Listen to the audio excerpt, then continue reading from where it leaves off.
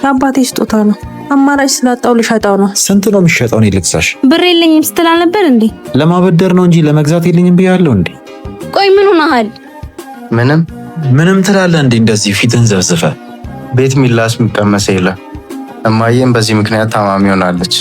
አንተ ጋር ብቻ አይደለም ሁሉም አይናገርም እንጂ ችግር ላይ ነው። እናቴ ታማለች እኮ ነው እያለክ ያለው። አይዞህ እንዲ አካውንቴ ላይ 500 ብር አለ። ሲሄድ ከየት ማውጥቼ እሰጥሃለሁ። አመሰግናለሁ ባ። እኔ እንዳልሰጥ ምንም ብር የለኝም። እኔም ያበድረኝን እየፈለግኩ ነው።